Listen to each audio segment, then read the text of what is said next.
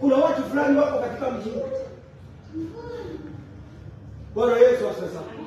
Wako katika mji wanatisha, wanafanya mambo ya aibu.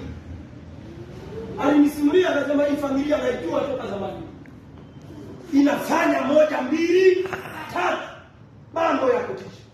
Lakini ukiwaona barabarani wana magari mazuri wanatembea. Bwana Yesu asifiwe. Kwa hiyo mwisho wa maisha hayo ni kilio. Shetani ana chaguo, ndugu zangu. Chochote ulichochukua kwa shetani utalipa. Hata kama utachelewa, lakini utalipa. Bwana Yesu asifiwe sana. Utalipa. Nilisema siku moja nikasema kama shetani aliweza kumdai hata Musa aliyesema nimewapa maji. Neno hilo tu ni la shetani. Shetani akaenda kudai maji. Fikiria. Yaani msema tu nimewapa maji. Shetani alienda kudai maji ya Musa. Astahili kwenda mbinguni. Alichukua kitu chake. Bwana Yesu asifiwe. Kwa hiyo nataka niwaambie ndugu zangu, watu wasikudanganye.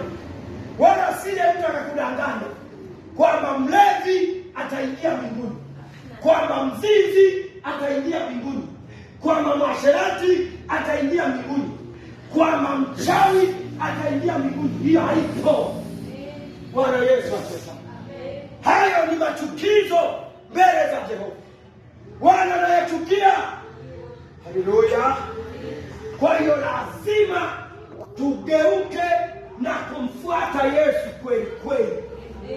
Kama Biblia inavyosema, muwe watakatifu kama mimi Yesu nilivyo mtakatifu.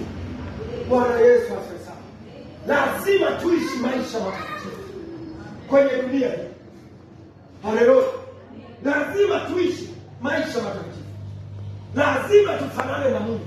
Lazima. Tusipofanana na Mungu tutatupa jalala.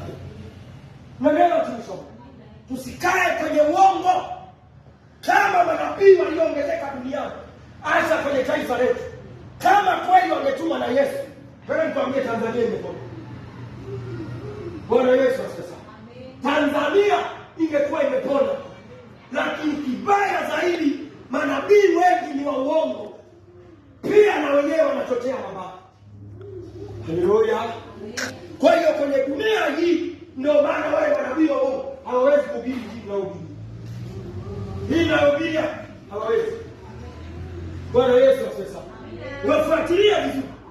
Kama watahubiri, watakwambia acha dhambi. Unajua dhambi. Lakini hawawezi kusisitiza kama ninavyoongea hapa. Bwana Yesu asifiwe.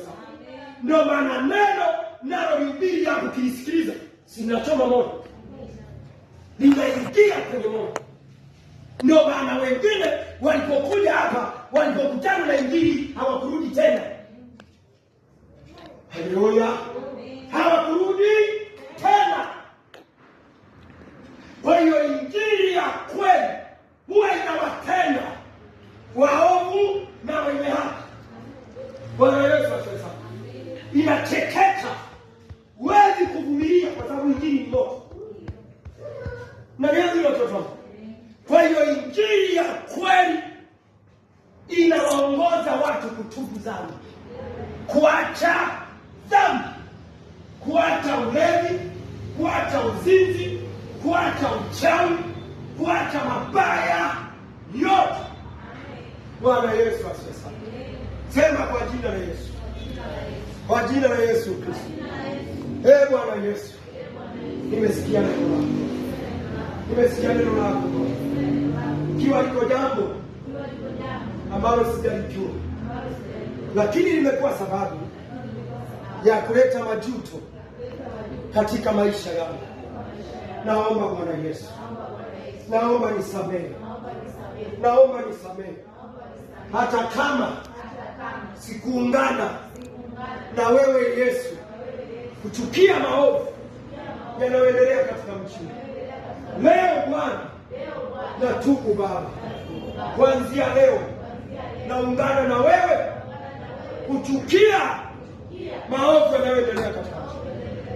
Bwana Yesu, Bwana Yesu, Nenda mbele za Bwana. Twende tukatubu.